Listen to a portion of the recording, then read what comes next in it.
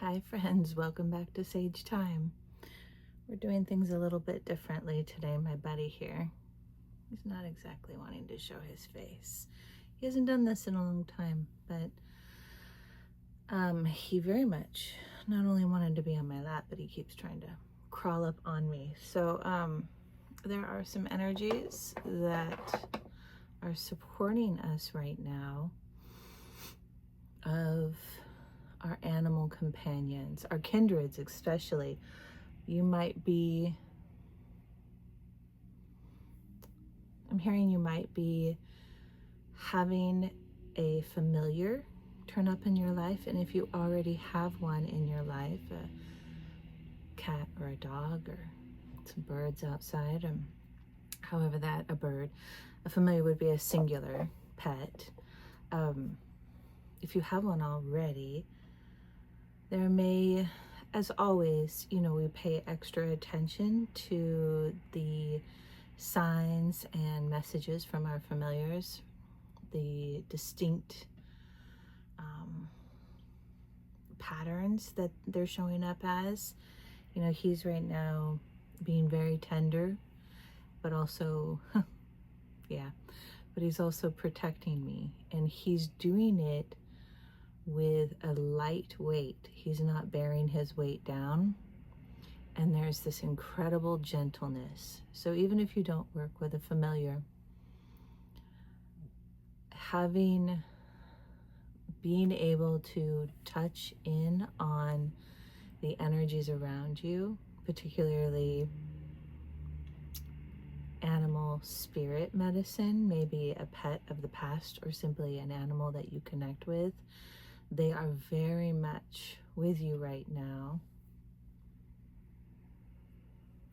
in this incredibly tender presence of protection. It's a protection that I'm hearing they're teaching you by emulating internal heart enhancement and resonance that is so powerful and so strong that it breaks down your own walls and barriers because you don't need them, because it dissolves.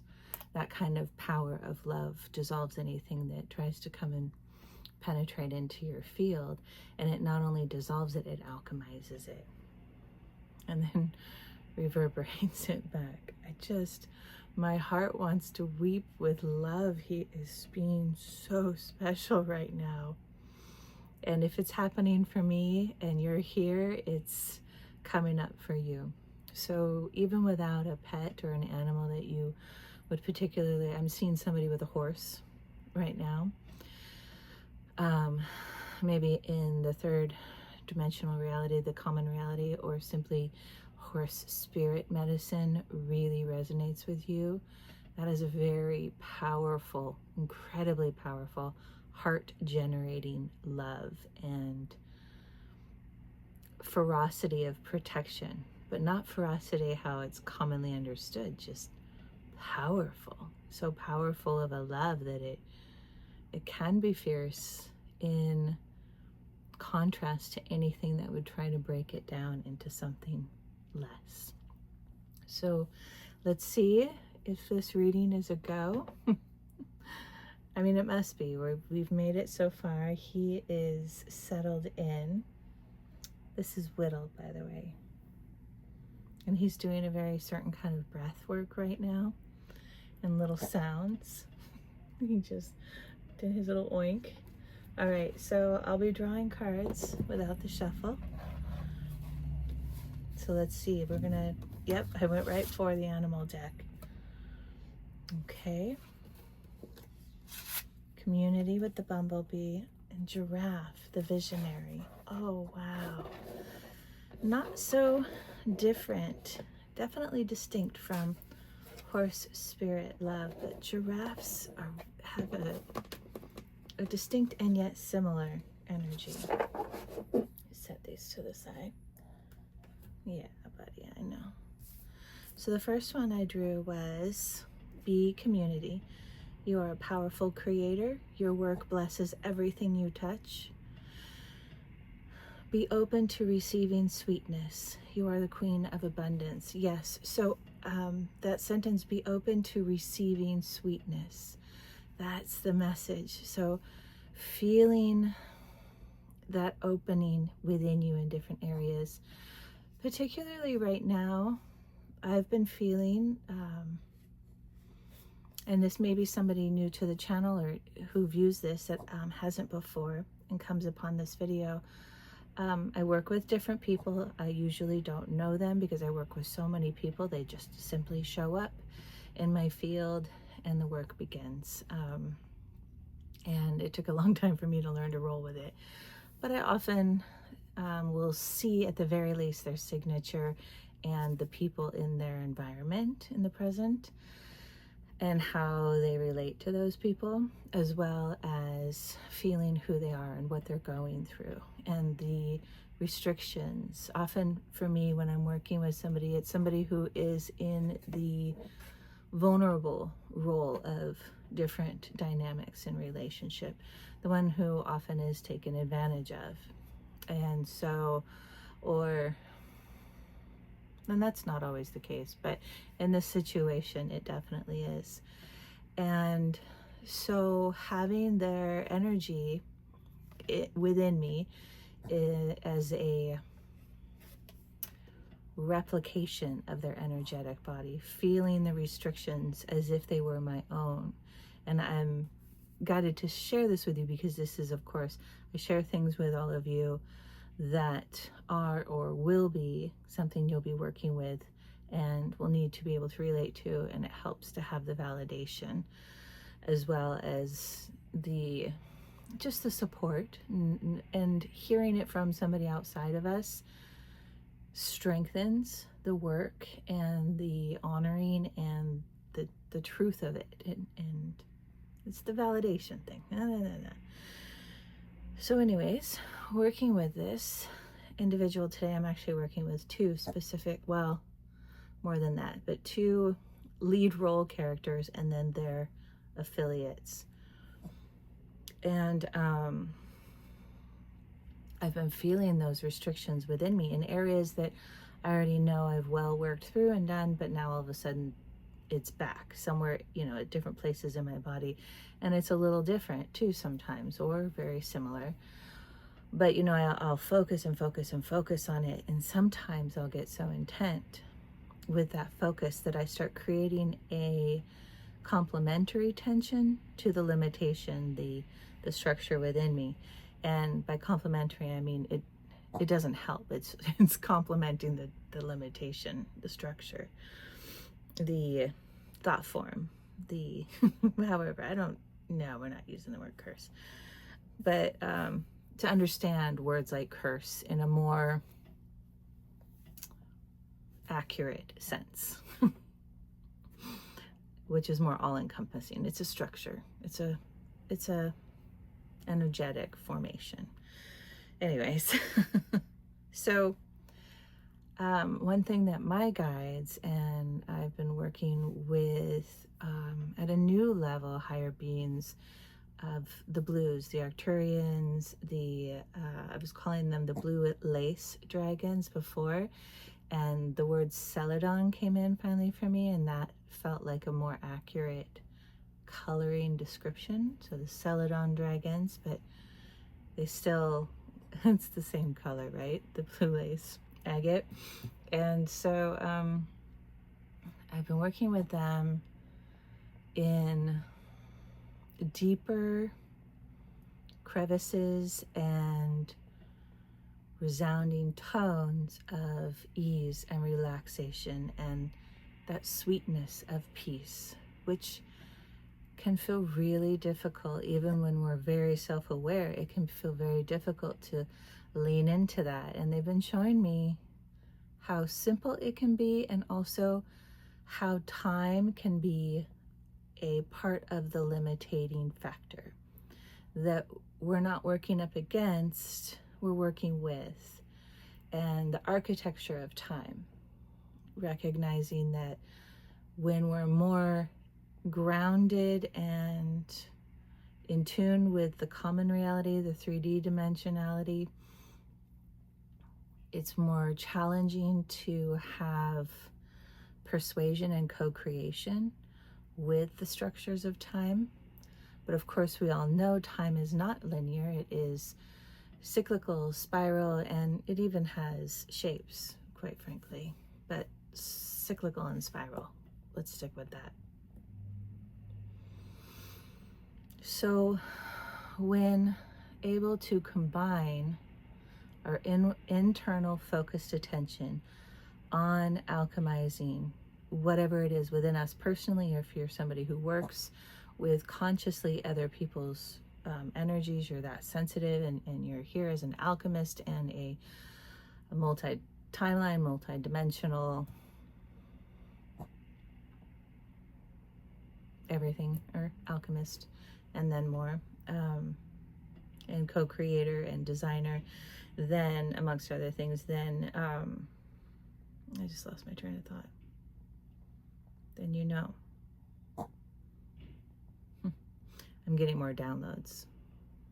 Apparently I was on a tangent. So, going into it, that deep focus, which does require a intensity of pressure, but as the skill of honing in that internal focus with our inner eye and our intent of focus, and working with those shapes and tensions and structures and thought forms that are embedded within us or around us. If you feel it externally, that's fine too, or even through other senses, olfactory, and so forth. And then doing that big, deep lean back while in the focus of your sensory awareness of this limitation, leaning back deeply, and then opening up into that sweetness of content, presence, and calm. And this is something that you may feel yourself oscillating in and out of, and that's fine. This is a practice, right? And now he's getting very heavy weighted. He's bearing down quite a lot. So that sweetness of opening, the be open to receiving sweetness. So meeting it with that intense focus and then opening to it.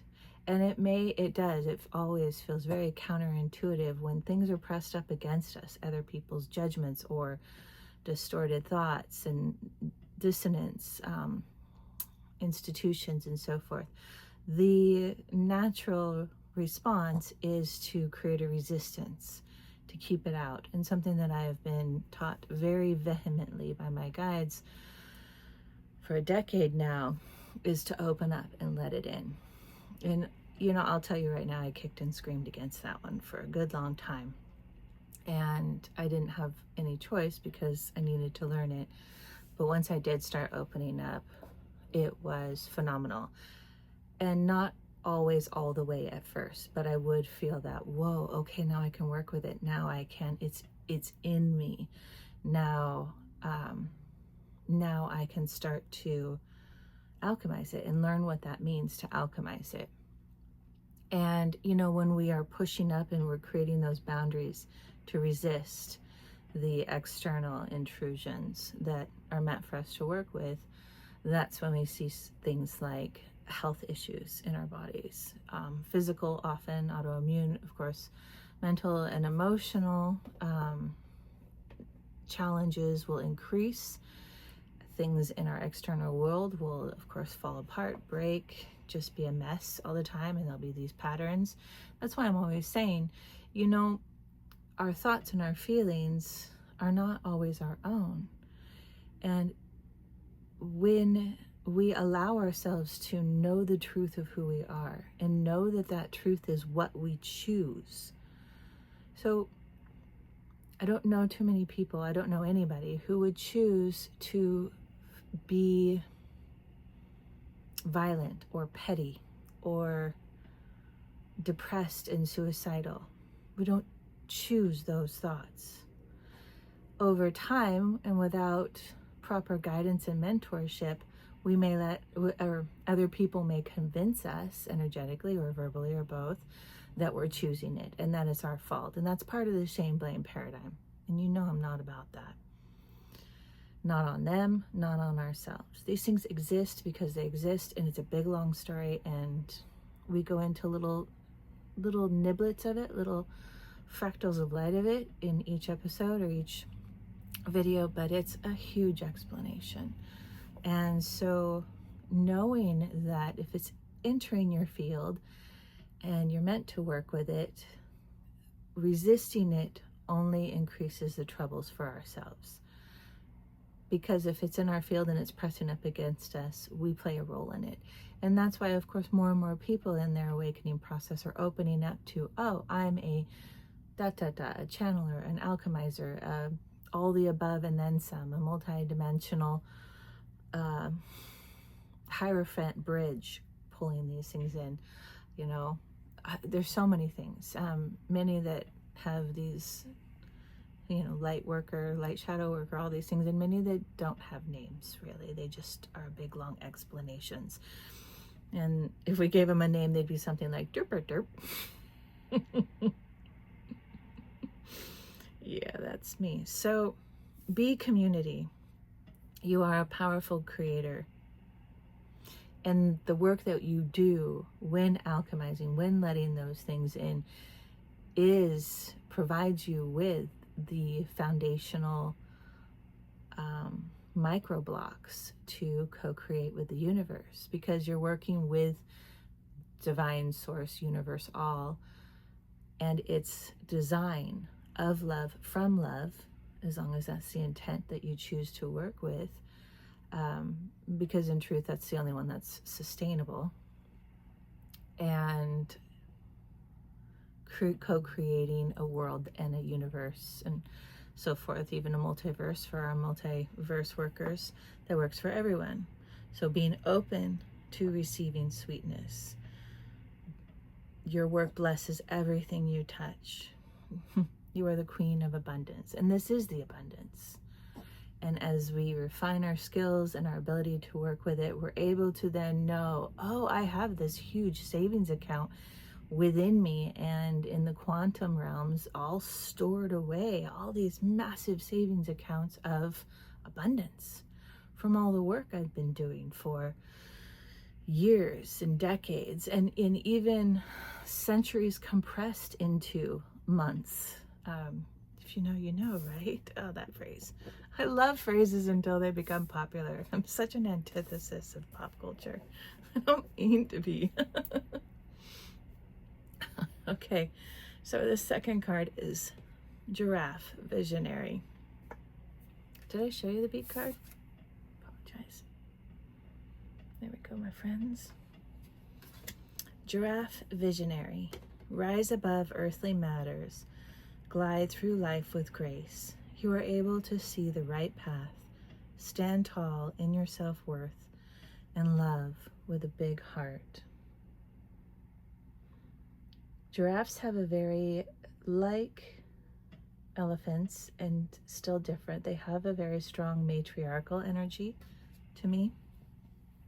And you know, we were just talking about that. Rising above. One moment.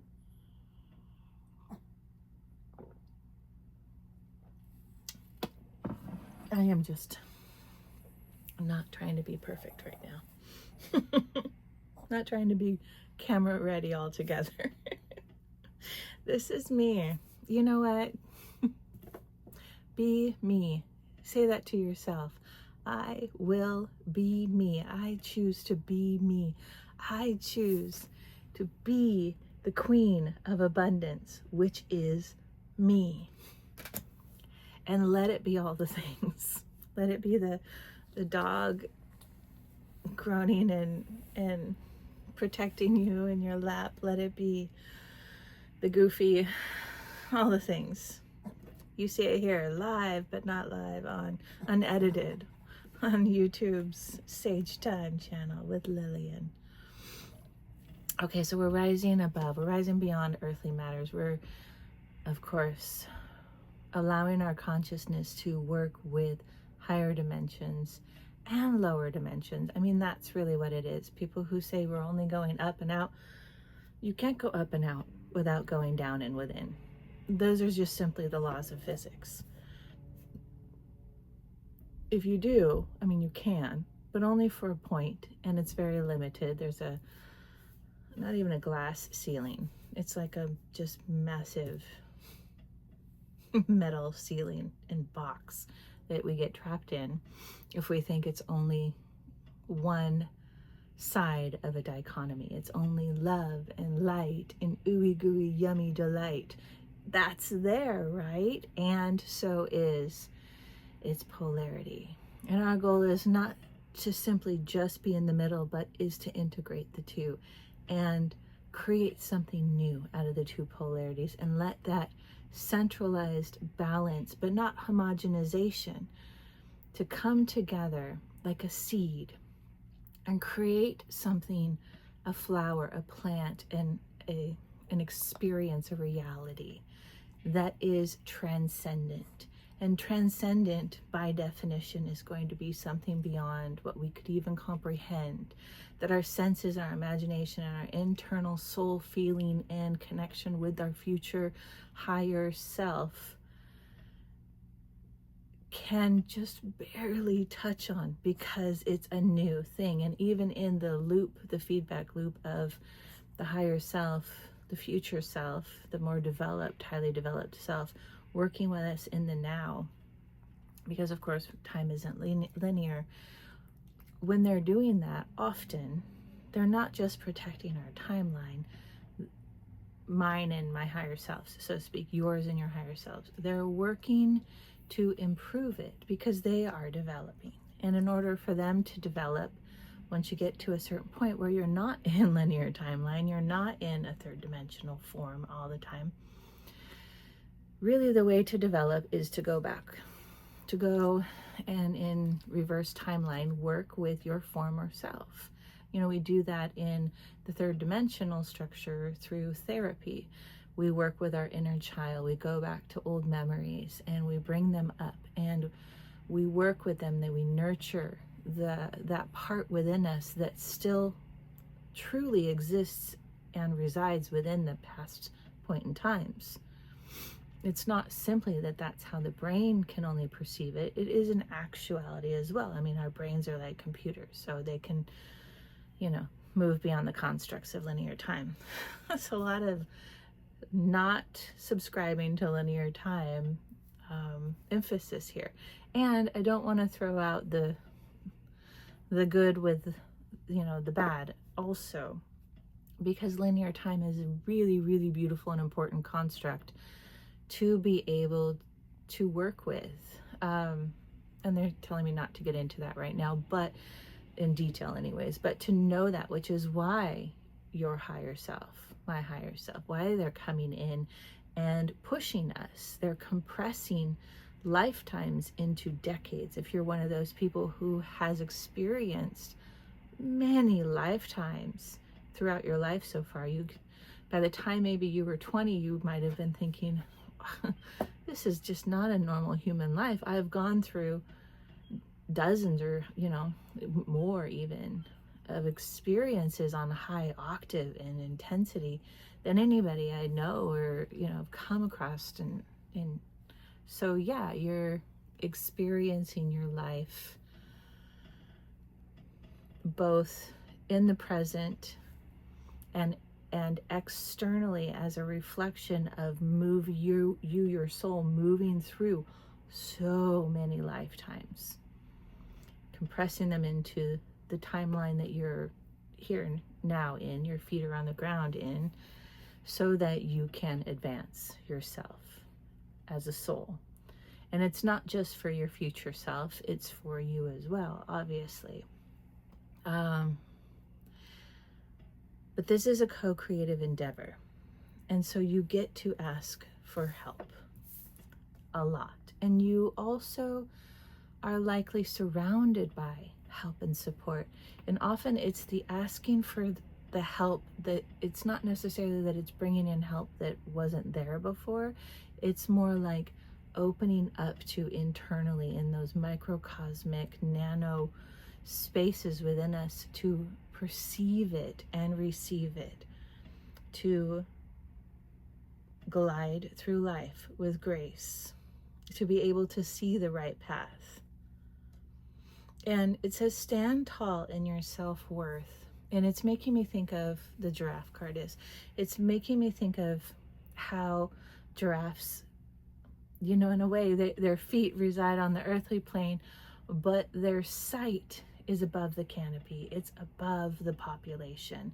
Not better than, in that sense, but an entirely different perspective. Like going back to your elementary school when you were a kid. As an adult, you go in or an old home and you're like, this place is so small and so short, and it was so huge when I was here, because you physically have grown, and energetically and all the other ways too. So having that higher perspective in a literal sense as well as a metaphoric sense. You doing all right there, bud? He's taking a stance here. is reflective of, and having that higher vision, that grander, you know, seeing and feeling and knowing deeper and more finitely, as well as broader and higher up and more expansively, and doing it with, like this card says, with the love of a big heart. And this Whittle just blesses the card as it goes by. Again, anchoring the centralization, the foundation of who you are from that heart portal, recognizing that the intent of that heart portal is connecting you with the intent of divine, feminine, cosmic love, that maternal creation love. We create, and when we create, it is always out of love. If we're truly creating, now things can come in and influence it and really mess with it and funk with it, including our own fears, fear perpetuated agendas and so forth. But at the core of every creation, whether you're co-creating another human being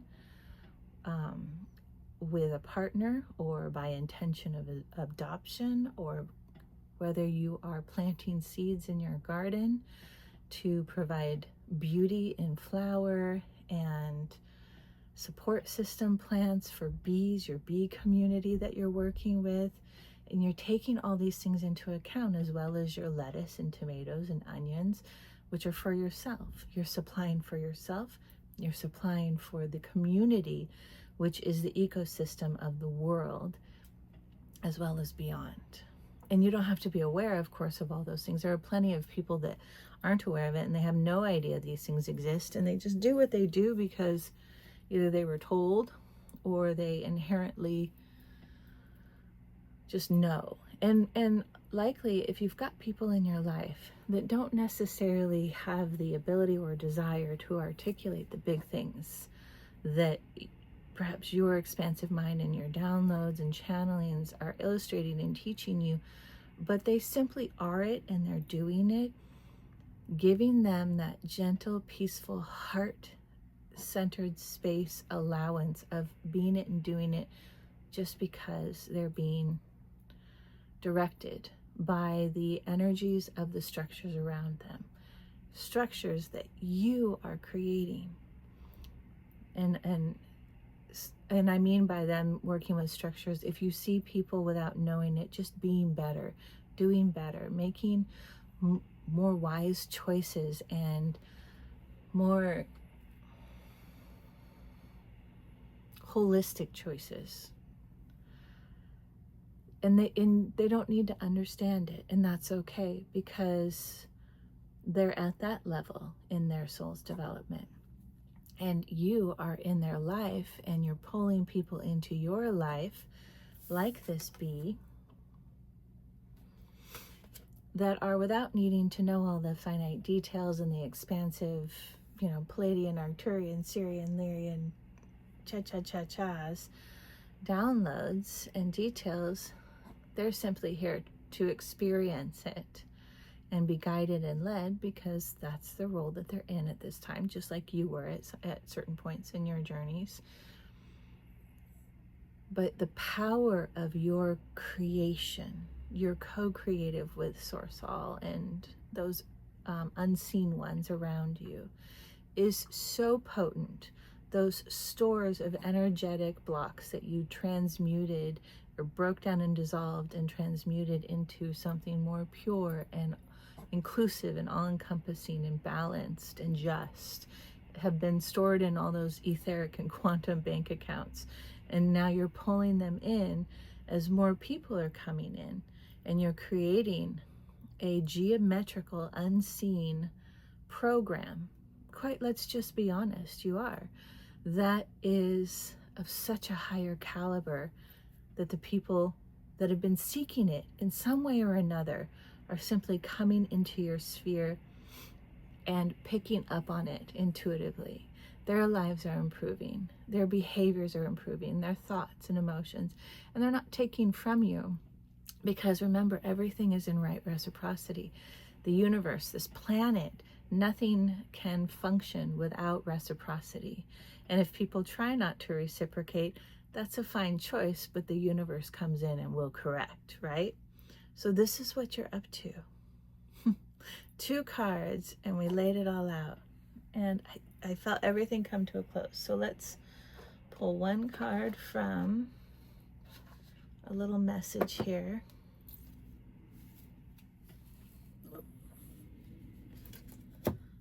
So at the bottom of the deck, okay, so the one that I pulled is Between Worlds. Work with spirit. Wow. Work with spirit to heal blocks and uncover deeper truths. Spirit is my true source. I mean, I'm pretty sure that's everything we talked about.